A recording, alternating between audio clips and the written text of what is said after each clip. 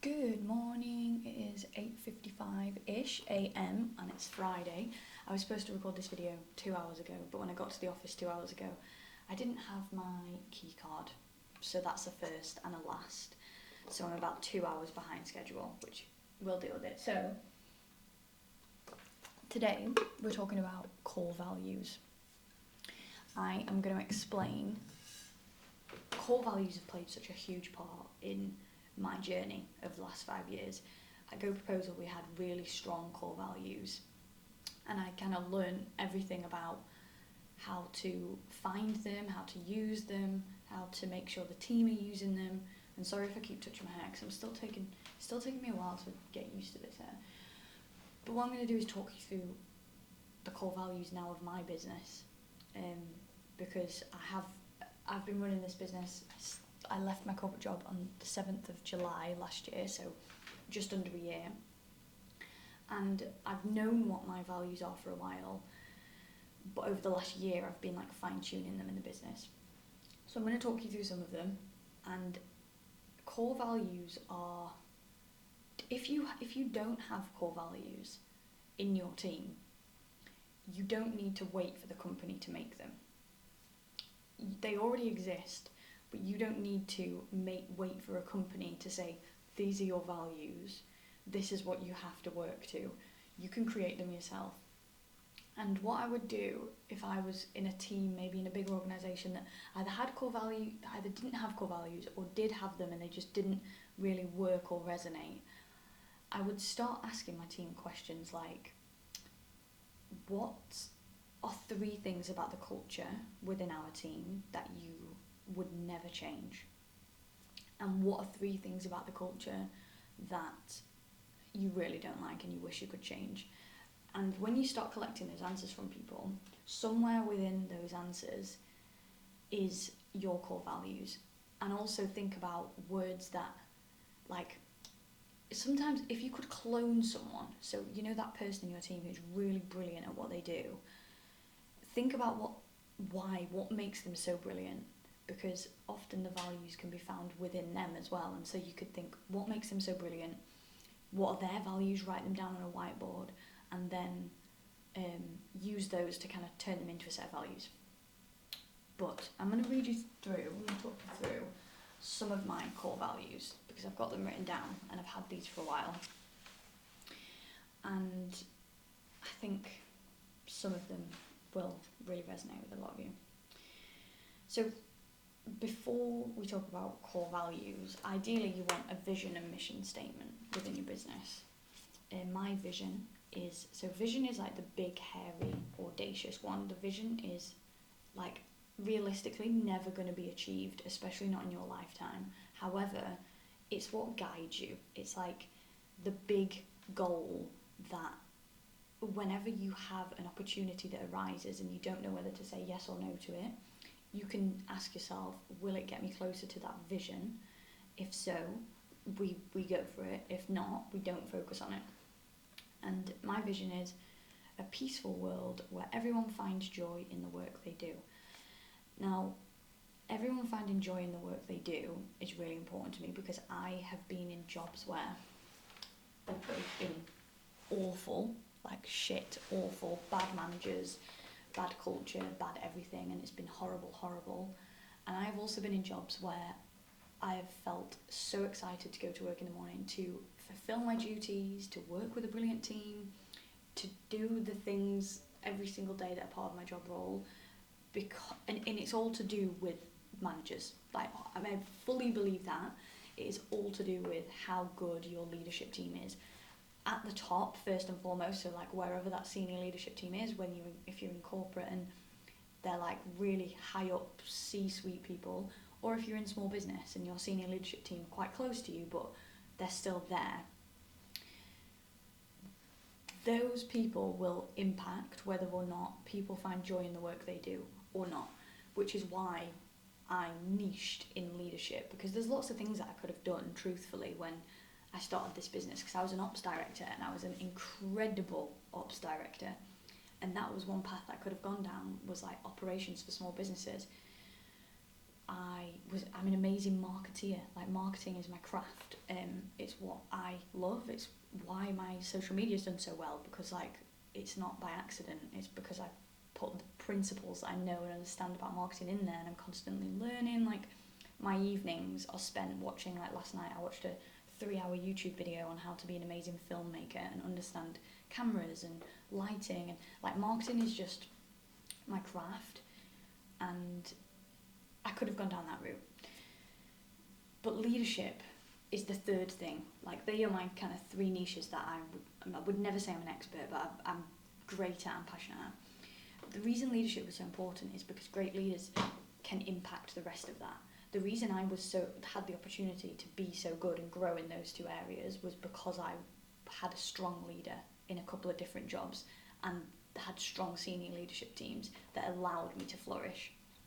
And so naturally, by helping create more great leaders, I knew, and the fact that I was a great leader as well because of people above me, I knew that I could in turn create amazing ops directors and amazing marketeers without teaching them skills, but just giving them spaces to flourish. So every person finding joy in the work they do is really important to me, because it starts with leadership. And like, I saw a stat the other day that was 69% of employees say that their manager is the biggest impact on their mental health, the biggest impact, bigger than their doctor, bigger than their therapist. And that's what we're working with here. Like, that's what management is broken. Like, we've got Gen Z who are craving authenticity, who are craving people thinking about well-being, thinking about new flexible ways of working, considering like having strong diversity, equity and inclusion, not even just policies, like actions happening in the workplace, but managers getting no training and having no idea what to do about it. And that's where I come in. That's what I'm trying to do, is close that gap. So the vision is a peaceful world where everyone finds joy in the work they do. And the reason the word peaceful was so important at the beginning is when I started the business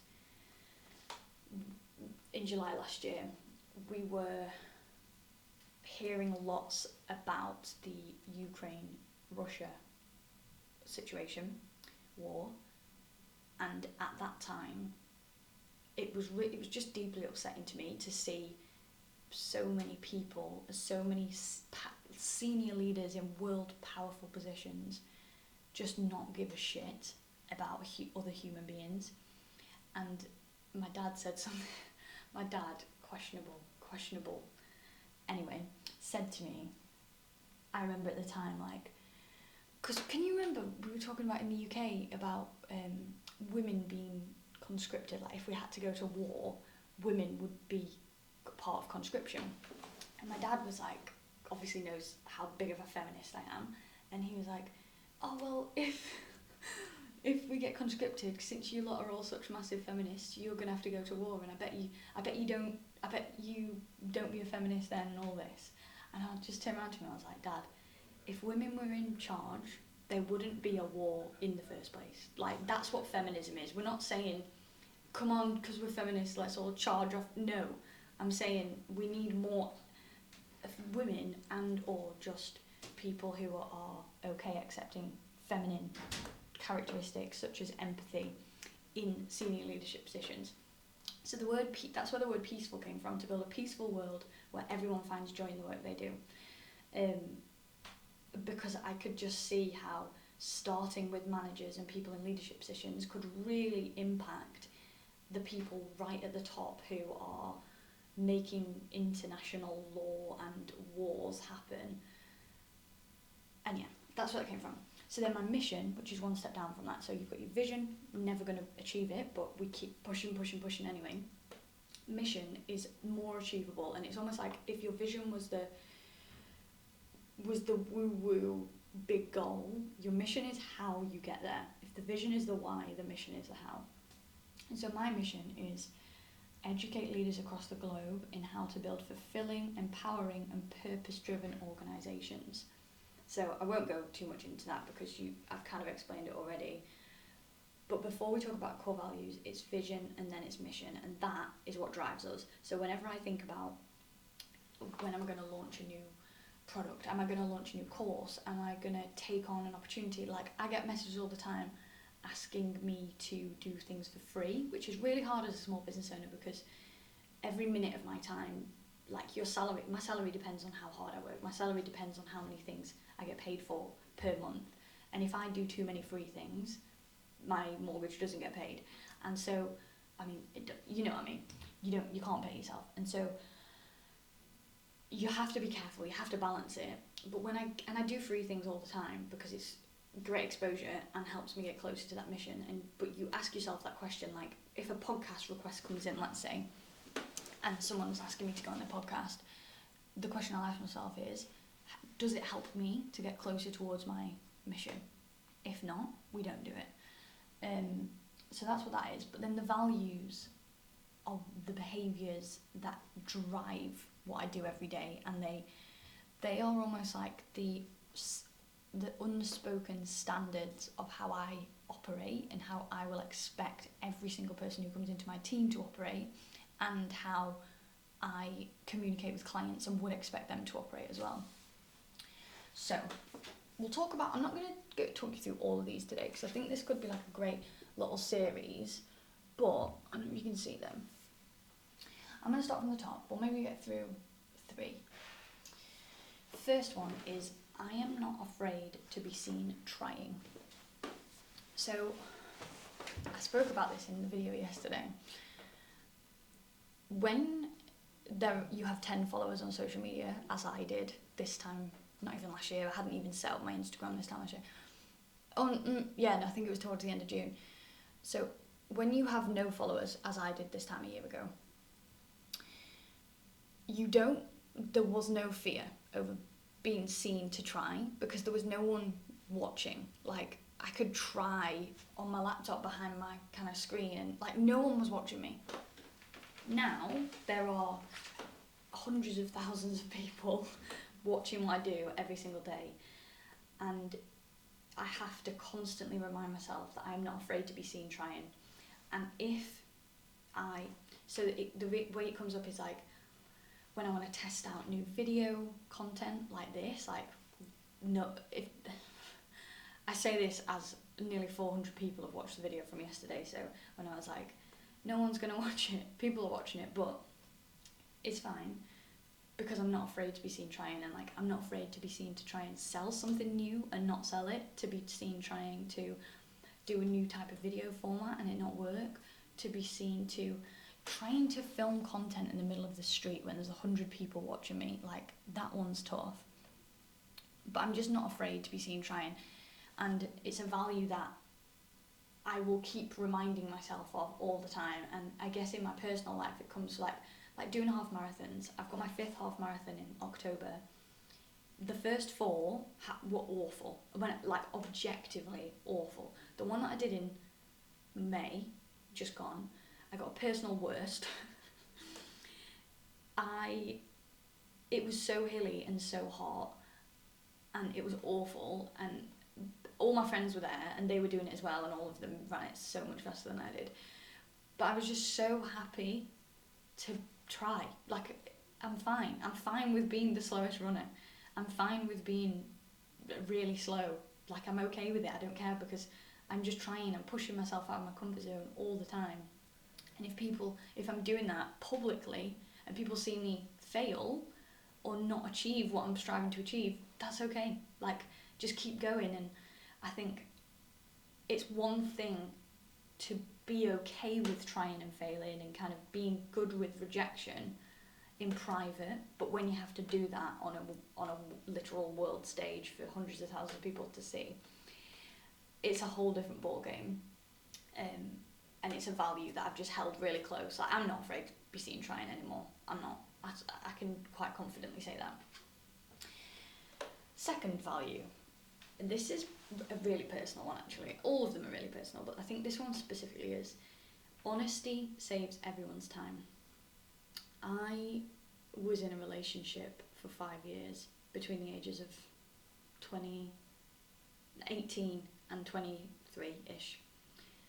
And at least 2 years before that relationship ended, I didn't want to be in it.